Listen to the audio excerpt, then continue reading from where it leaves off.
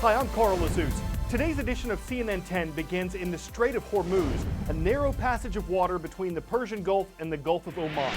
This Middle Eastern strait, which is 21 miles wide, is important to the global economy. About 30% of the world's crude oil passes through it. And now, a United States carrier strike group has been deployed to the strait. It includes an aircraft carrier, the USS Abraham Lincoln, as well as destroyers, a guided missile cruiser, and a group of bomber aircraft. Why are they all headed to the Middle East? It's to send a message to the nation of Iran. It forms the northern border of the Strait of Hormuz, and American officials say they have specific and credible intelligence that the Iranian military and groups that operate beneath it are planning to target U.S. forces in Syria, Iraq, and at sea. Tensions between Iran and the U.S. are soaring. Last month, America declared that part of Iran's military is a foreign terrorist organization, and Iran responded by declaring the U.S. is a state sponsor of terrorism. Because America accuses Iran of participating in terrorist attacks around the world, it's trying to pressure Iran to change its behavior. And one way it's doing that is by blocking Iran's revenues from oil sales, which are the main source of the country's foreign income. Iran has said it would continue finding buyers for its oil and using the Strait of Hormuz to ship it. It also directly warned America not to block or interfere with the strait. But while American officials say the U.S. isn't seeking war with Iran, it is prepared to respond with, quote, unrelenting force to any Iranian attacks on American interests or allies. Next today, a new conversation is taking place around events that occurred 3/4 of a century ago.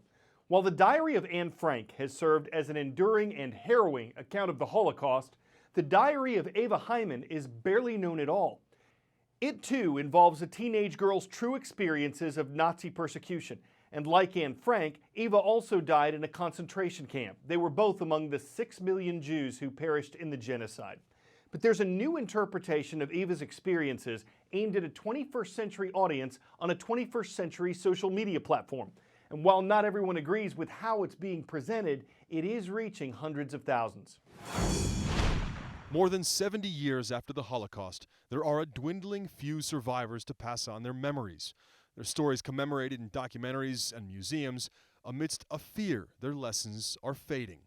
Hi, my name's Eva. That's me. Eva Hyman is the new face of those lessons. The 13-year-old Hungarian Jew kept a diary in the last months before she was deported to Auschwitz in May 1944, where she would die.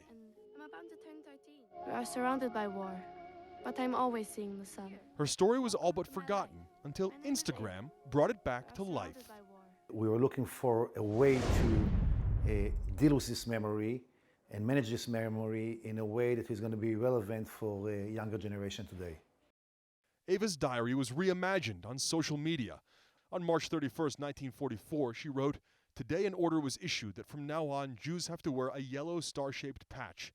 The order tells exactly how big the star patch must be and that it must be sewn on every outer garment, jacket, or coat."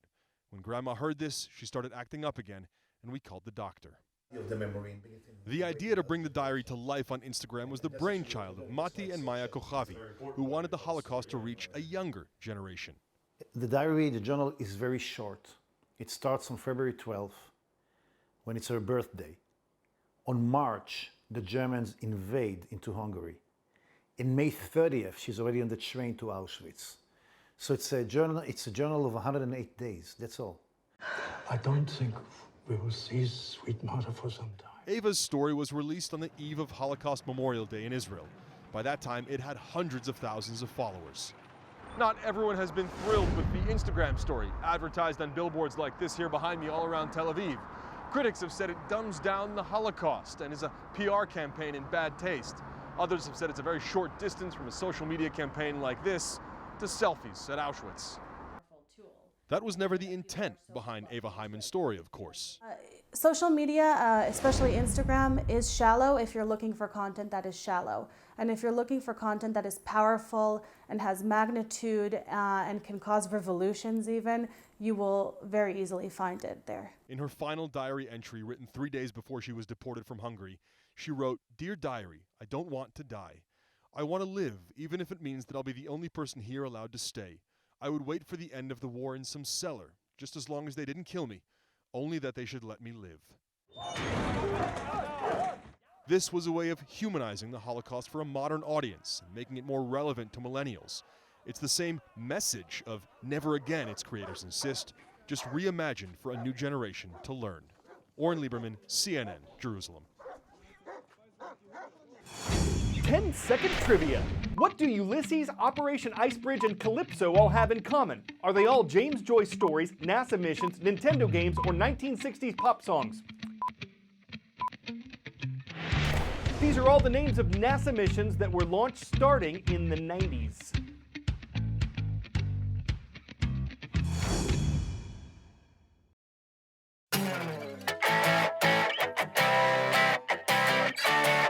Of course, the most famous NASA mission is probably Apollo 11, when American astronauts first flew to and then set foot on the moon.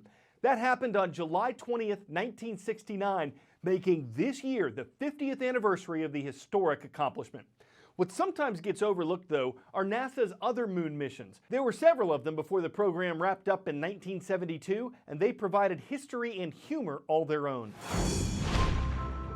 600 million people watched Neil Armstrong take those famous first steps on the moon. That's one small step for man. But after the Apollo 11 astronauts returned to Earth, public interest in later Apollo missions began to fade. But the people who continued to tune in were treated to some pretty special moments. Astronauts took advantage of their unique surroundings to have a bit of fun. During the Apollo 17 mission, Eugene Cernan and Harrison Schmitt sang their own rendition of The Fountain in the Park. I was strolling on the moon one day in a merry, merry month of December.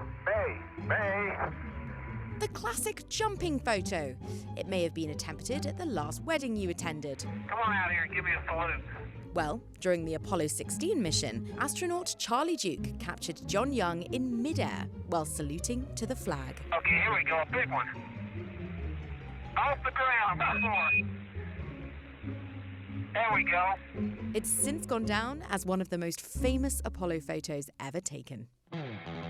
When they weren't taking epic pictures, Duke and Young got to drive around in a lunar rover. The electric buggies were used on the last Apollo missions, 15, 16, and 17, and provided astronauts a fast way to cover large distances, helping them make more scientific discoveries than they could on foot, or just to do a bit of joyriding. I thought the ride was real sporty. It bounced a lot. Sometimes both front wheels were off the surface. The back end is like driving on ice and breaking loose occasionally, but it was a lot of fun. Back in the 16th century, Galileo taught his students that objects fall at the same rate regardless of their size or mass. That is, if they're not restricted by any resistance from the air. Well, in my left hand I have a feather. In my right hand a hammer. Well, since the moon has virtually no air to breathe, Apollo 15 Commander David Scott decided to test this experiment by dropping a feather and a hammer from the same height. Lo and behold, they did in fact hit the ground at the same time. How about that? And just for a little fun, Alan Shepard brought the head of a 6-iron and a couple of golf balls aboard Apollo 14. The head was modified so he could attach it to an instrument that collected rock samples. I'm going to try a little sand trap shot here. It should have gone probably on the Earth maybe 30, 35 yards. But that little rascal went over 200 yards in a one-hand shot like that, and it was in the air. The time of flight was almost 35 seconds. Miles and miles and miles. These lighter moments punctuated the main mission of scientific exploration. But perhaps the most enduring images are the ones when the astronauts actually looked back at Earth. This one taken on Apollo 17, the last time man was on the moon.